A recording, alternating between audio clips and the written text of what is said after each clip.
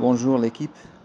Donc voilà, c'est pour le remplacement du radiateur de l'Insignia 2 litres CDTI 160 chevaux avec une boîte auto. Les travaux que j'ai fait, donc c'était simple et c'était pas simple parce qu'il y a deux choses. Pour le démontage, j'ai pu démonter les radiateurs, les deux radiateurs ensemble, radiateur turbo et radiateur de la clim. Bon, j'ai essayé de nettoyer un peu parce qu'il y a beaucoup d'insectes et tout ça extérieur. Derrière, il y a les clips qui sont là, donc il faut les déclipser ici et vous pouvez sortir facilement les deux radiateurs. Pour démonter la partie comment ça s'appelle, ventilo, le bloc ventilo, il y a deux clips à ce niveau-là. En bas, il y a deux clips en bas. Il suffit juste d'appuyer, et de tirer en haut, ça va sortir facilement et vous pouvez démonter. Par contre, la galère c'était les flexibles d'hydraulique. Le refroidisseur d'huile de la boîte auto.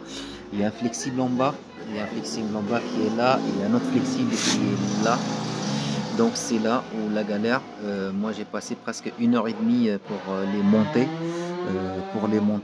J'ai même démonté la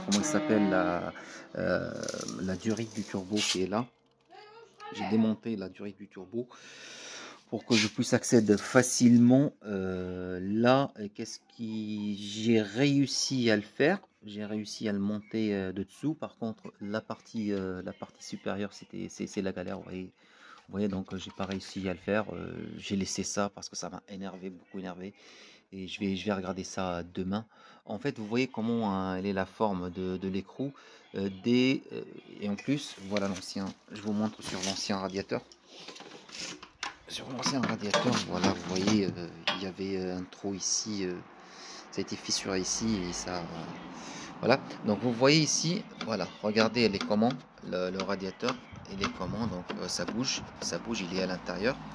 J'ai réussi à le faire pour la première partie. Par contre, pour la deuxième partie, c'était la galère parce que quand j'appuie, il y a du jeu, comme ça, donc dans ce sens-là. Quand j'appuie et je mets l'écrou pour visser, bah ça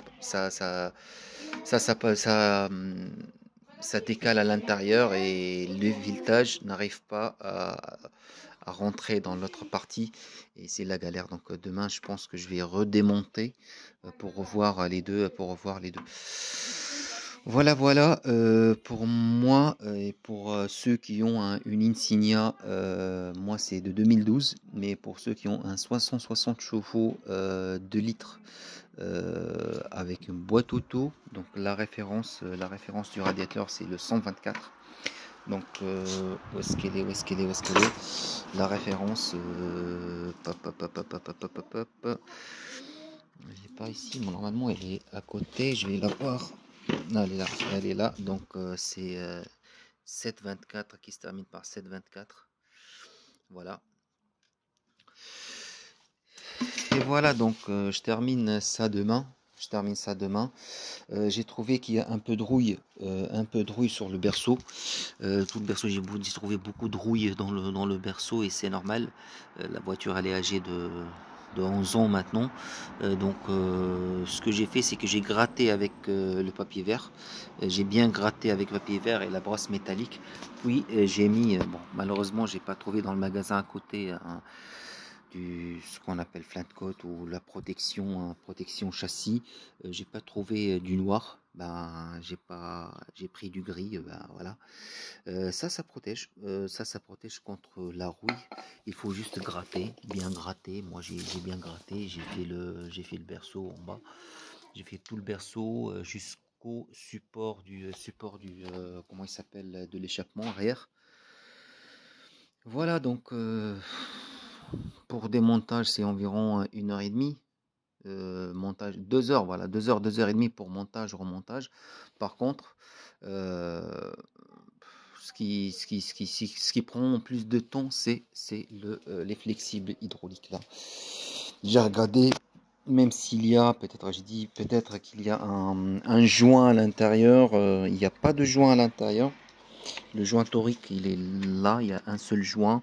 J'ai même graissé, ça n'a pas passé. Voilà, voilà.